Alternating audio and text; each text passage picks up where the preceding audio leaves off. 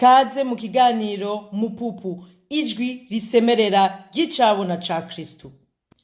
Ndabaramukije mwese dusubiye guhura kandi kuri uno munsi izina ryanje ni Ngabozana Deje. Uno munsi rero nkaba nashatse ko nkaba nari numvise ndongowe tubandanye kuvyerekeye ico mpwemu yera yaje gukora uko je nabihishuriwe. Twaravuganye narabasangije ukungene yanyihishuye uwari. Haleluya. Unye numva twobandanyiriza kuvyerekeye uco yaje gukora vy'ukuri, kuko ni naho hantu rero duca twumva umenga biravuye muri teori, biravuye mu bidafadika bikaja rero muri pratique, bikaja mu bifadika. Haleluya. Urumva nibaza yuko kujya nababwiye kungene numvise nkishuriwe, kandi ivyo rero vyaje ku mwanya ndiko ndavuga ntimwe mwera noshobora kuvuga gute, kuko nari numva nshaka kuvuga mwe mwera nk'umutima w'Imana, ariko nkumva sindiko ndatora ingene no bivugako. Hama sinzi ari uko nyene nimereye gutya muri meditation ndiko ndayaga nawe ndiko vuga mwe mwera no kuvuga gute nk'umutima w'Imana, nza numva ngo muri jewe handuzemo ngo mutima mweranda. Haleluya. Ca ndavuga ryo kandi n'ivyo mu Kirundi turavuga mwe mwera turamwita na mutima mweranda. Haleluya. Urumva rero ce ndumva yo ndavuga ntabwo umenga ni inyishu ya byose biraheze. Umwe mwera rende ni mutima mweranda w'Imana, mugabo urumva nivyohereraho, kuko urumva numva umenga nugutahura niwe koko ni umutima mweranda w'Imana, ariko ni naco yaje gukora muri twebwe, kugira imitima yacu kuyeza. Haleluya. Kuko urumva ijambo ryaraje, ijambo y'Imana Yesu Kristo yaraje aratumenyesha, aratwereka akarorero. Ubu rero n'igituma yavuze ati ni kuneza yanyu ko ngenda kugira umufasha mpwemu yera aze. Haleluya. Umutima mweranda aze. Mu majambo make ni nkuko yashatse kuvuga ati jewe mwabonye naberetse nabamenyesheje, ubu rero mugabo hageze ko munyigana, mugendera muri je, mugenda nkanje, mukora nkanje, ariko rero bidaseruka gusa hanze, atari biseruka hanze, ariko bihereye no mu mutima weze. Haleluya. Umutima kuko suko umuntu twoza ngaha tukaba dufise abatwemera benshi, abadukurikira benshi, ibitangaro dukoreshwa, ukumva ni ibintu nyene. Mbega mwari muzi ko ivyo bintu ushobora kubikora, ariko mwijuru bakaba baravuga ati oya nitunezerewe. Imana yacu ikaba ariko aravuga ati sinezerewe. Kubera iki? Kubera umutima biriko biravamwo atari umutima wicishije bugufi, atari umutima uri kuvoma mu Mana, atari umugani umutima uri kuba mu bwibone, n'umutima naho, kuko Imana rero ingabire yaduhaye n'amavuta ari kuri twebwe. Novuga nti Imana yaravuze ngo ingabire ivyo yatanze ntibisubirako. Ni naco gituma ushobora kuba ufise ijwi ryiza, ariko iryo jwi ryawe ryiza ugasanga kubera utarishize imbere y'Imana, kuko ukanyeneye Imana yo nyene ukavuga uti Imana ndayikoreshe gute, ugashaka no iryo jwi riba risohora ivy'Imana. Utabikoze iyo mpano y'ijwi ryiza ririmba neza ni kuvako gusa, ivyo uzoririmba ntibizoba ibihesha icubahiro Imana. Mugabo urumva ko ijwi abantu bazoryumva bakavuga ati ufise ijwi ryiza koko, uririmba neza. Urumva mugabo Imana yoyo ikaba imeze ibabaye cane, iri mu marira ibabaye. Mugabo ni kubera iki? Kubera ko iravuga ati jewe tureke nuko iryo jwi ntari nariremeye kugira riheshe icubahiro ibindi bintu, abandi bantu n'ibiki, ariko kugira jewe nyene Mana yayo mbe aba ari jewe mboneka, aba ari jewe umenyekanisha, mugabo uri kurimenyekanisha kuri kumenyekanisha abandi, ariko ugasanga rero Imana iriko irabona ati bipfuye ubusa.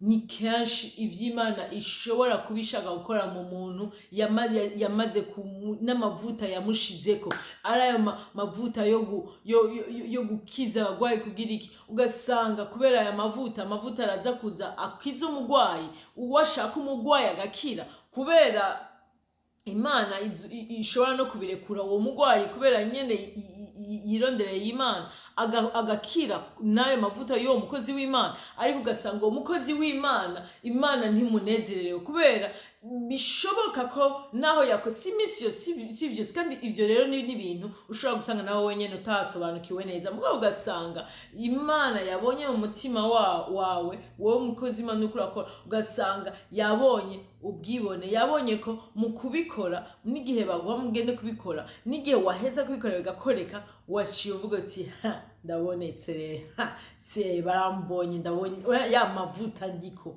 urumva ukamenga bwa bwibone buraje, najya uguma uvuga uti Imana mbabarira, nivyo nzi nivyo ntazi. Haleluya, ivyo nzi nivyo ntazi, kandi umpingure mpemu, ingo ufate ikibanza cawe. Urazi kangahe nshobora kuba numva nyene ndiko sinzi ndiko ndayaga cyane ndi mu bintu bitandukanye, nkiyumvira ikintu canke nkakora nk'ikintu, ukaza wumva nkamwemu sinahagaze kugira nje kurondera kure cyane vraiment, mugabo nkaza numva nkamwemu nce numva muri je, ariko aho kubera ikinone ubigize gutyo, kweko nkako kantu wakongereje kugira wumvika, kugira wishire hejuru, ugaca wumva wowe nyene urasubiye, mbabarira mpemu, mfasha ahubwo ndagakosora, bishoboka wikosora uragikosora, bidashoboka wikosora. Ubu rero umukubandanya shumenya ahuza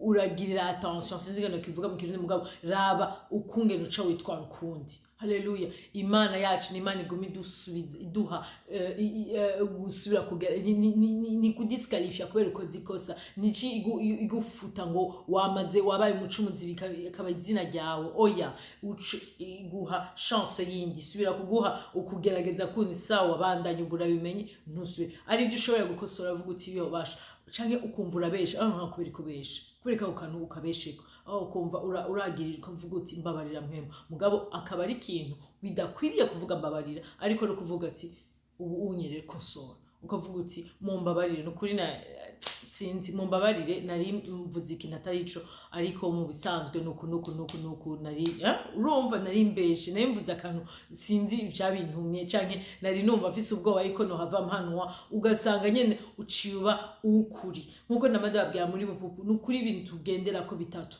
ni ukwicisha bugufi, ukuri k'umutima, kugororokera Imana, kubahiriza Imana. Haleluya, ni sincérité, ni humilité, sincérité na obéissance. Amen. Urumva rero ivyo bintu biturange, kuko uzosanga no kuri wowe nyene uriko uraba uyundi muntu mushasha. Amen. Mwemu aje awewe ahingura umutima, aza kuduhindura imitima, akatweza imitima, akaduhishije ibiri mu mitima yacu tutari turazibasha, canke tutari twashatse kuronderana kure cyane, ariko akaza agaca usanga rero wa mutima wawe gusa awugucapiye awukweretse neza imbere, uravuga uti yo mbabarira. Urumva rero ico kintu nasanze nico gituma nabavuga ntitukishime ngo turiyizi gushika umunsi umve uzobivuga kandi wumva wiyemeje, ariko gushika umunsi wicishe bugufi ukavuga uti je sinzi vyose, ariko Imana yanje izi vyose. Nukuvuga nka Dawidi, Imana menye urabo umutima wanje umenye, hama Mana uwungororere, nukuri ukuremwo ububi, nukuri niho cuvuga uti Imana rero igira ibikore. Je ndakunda Imana iyo itugiriye ubwo buntu bwo gukorana nayo, kutwereka neza ivyigira ikora. Ushobora gukora ibintu mu bitangaro ugasanga ari ibintu vyikoze bigakora, ariko hari ibintu ntivyoroshe, ariko n'ibintu uca wumva umenga harabo ngo twenga, ukumva nyene uritwenze wenyene, ahandi nawe ukumva uratangara, uguma utangara. Mugabo Imana rero kugira umutima wawe ikawugushira raba igituma hajya ukora ibintu vyiza ni vyiza mugabo urazi hajya igituma ubikora kubera aha muri iki gikomere cyawe hari ibintu waciyemwo hari ibintu wahuye navyo kandi rero mu bikomere usanga hari ibikomere tuba twatewe n'abandi kubera umva igicumuro ni kuri muri wewe gusa kirimo no mu bandi abari hafi yawe abari kure yawe wese umuntu wese kubera wa mutima wa shetani ari wo mpemu aza kugwanya nyene aza gukuramo aza kuguma agukiza wandi ngo kubera umusuma agushiramo ubusuma ntaza kwiba gusa mugabo agushiramo ahari hakwiriye kuba ahantu hubaka harasambura ahari hakwiriye kuba ubuzima haza kubamo urupfu si kugira wowe upfe gusa kugira anagukoresha kugira wice n'iby'abandi urumva kwica si ugusesa amaraso gusa kwica ni no kuba no mu ciyumviro ashoboye kwica kuko Kristo yavuze ati amabwirizwa sinaje kugira ndayakureho ahubwo naje kuyashitsa ahubwo tureke no kuyashitsa ubunye aho hari yanditse ngo ntuwibe kwiyumvira kwiba gusa biracabaye igicumuro urumva mpemu raza kudufasha aho hantu urumva ingene biguma ucumva umenga yo ntawe ushobora reka mfume ndabireka mugabo mpemu Yesu yavuze ati ni kuneza yanyu ko ngenda kugira azi niwe rero acaza akadufasha ivyo bidashobokera umwana w'umuntu wewe akabidushoboza akaza kutwoza mu mitima koko akaza koza ya imizi yacu irimwe ibicafu ikora ibitari ituma n'ivyimviro vyacu biba bibi ubu rero tugatangura kuza turahinduka no mu vyimviro vyacu tugatangura kuza dusanga twiyumvira ivy'ubuzima aho twahora twiyumvira ivy'urupfu aho tugasanga turiko twiyumvira ibintu birimwo ukwizera aho twari dufise ukwiyemeza ahantu harimwo ukwihebura ubu hakaza kwizigira haleluya ahantu harimwo ibintu bibabaza gusa ubu hakazamwo ibitanga umunezero haleluya imana canke ivyari birimwo urwango ikabizanamwo urukundo rwayo n'ukuri imana ni nziza imana nivyidushakira imana nihishaka kutujana twebwe ubwacu twumva ntibishoboka ntituvova twarabishoboye kandi nivyo navyo twishoboza ariko mpemu arabidushoboza sikuvuga ko utoba ugisubira gucumura suvuga utoba ugisubira kugira iciyumviro kibi mugabo icambere na mbere uramenya ubunye ko ari igicumuro kandi urareka kwishigikira ngo urafise n'igituma urabereye kubigira canke nta kundi wogira kundi uramenya ni kibi nikijanye n'ubugome bw'Imana nikijanye n'umutima w'Imana mugabo rero ubu ukamenya mpemu akona kwigisha no kwisuzuma urumva kumenya wiyumviriye nabi bya bindi bitaboneka n'imbere y'abantu wewe arabikumenyesha kubera mwagendanye no kumubaza arakwereka ati ahantu uriko wiyumvira kubera uko uyumvira nabi canke wowe nyene ugasigara witora ikosi ukavuga uti mwemu mbabarira ahantu ndumva ko umenga ndafise akantu mu mutima katari keza ndumva umenga ndagize ishari ndagize jalousie dufate yinkuremo nifata umuzi haleluya ikintu cyose haya ndabwira gufata umuzi w'ikintu nibiba gutyo nyene ngo nukubera gusabije oya iyo ukiretse ukakigaburira kirafata umuzi urubuto ucirukuramo rugiyemo ugacurukuramo ntiruzogira imizi nta n'ivyamwa bizogira mugabo urubuto ucigumizamo ugacuguma rero ushiramwe amazi ayo mazi niki nukuguma rero ubandanya wiyumvira muri ntuze muri ivyo bintu ukama iminsi unishigikira wumva yuko yego niko bimeze utangura ahubwo no kuja kugira insaku hirya no hino urondera abandi baza kwiyumvira uko nyene uko kuntu kubi mukaguma mubisangira ukumva nyene urabibayemo rwa rubuto ruriko rufata rero imizi ruriko rufata imizi ubu rero n'umwanya muto kugira n'ivyo ukora rero bitangure kuba bibi cyane bigaragare utangure kuba mubi cyane urumva mugabo muhemaza kudufasha ego ugo rubuto shetani arashobora kuruzamo akaruguteramo kubera guma ari wa wundi ari hafi akaguteramo urubuto rw'akazigo wakanuzeye kubera n'ivyazi ntakindazi azi gukora ikibi gusa akaruteramo ariko wewe kubera ubugendana na mpemu urumva ntibikwiriye, urumva urwo rubuto si rwiza, urumva wowe nyene wagirijwe, urumva wowe muri wowe nyene utanezerewe kubera mpwemu ntanezerewe, kubera mwagize ubusabane uramenya mpwemu arakumenyesha kandi uravyumva na wewe ko anezerewe canke atanezerewe. Hama ubu rero ni wewe uvuga uti mumfashe ndabe, kuko mpwemu arashobora no kuvuga ati ico kintu ntikinezereye, reka tucice tugikureho, wowe ukagagaza kirafata umunsi. Mugabo utagagaje ugakorana nawe bibabaza bitababaza, kubera umwizeye nk'umufasha, umwizeye nk'umugenzi w'ukuri, umwizeye nk'umuhoza, nk'uza kugira niyo vyo babaza akabigukuramo. Kandi urubuto ugirukuramo hakiri kare ntiruzokubabaza nk'igihe rwafashe imizi.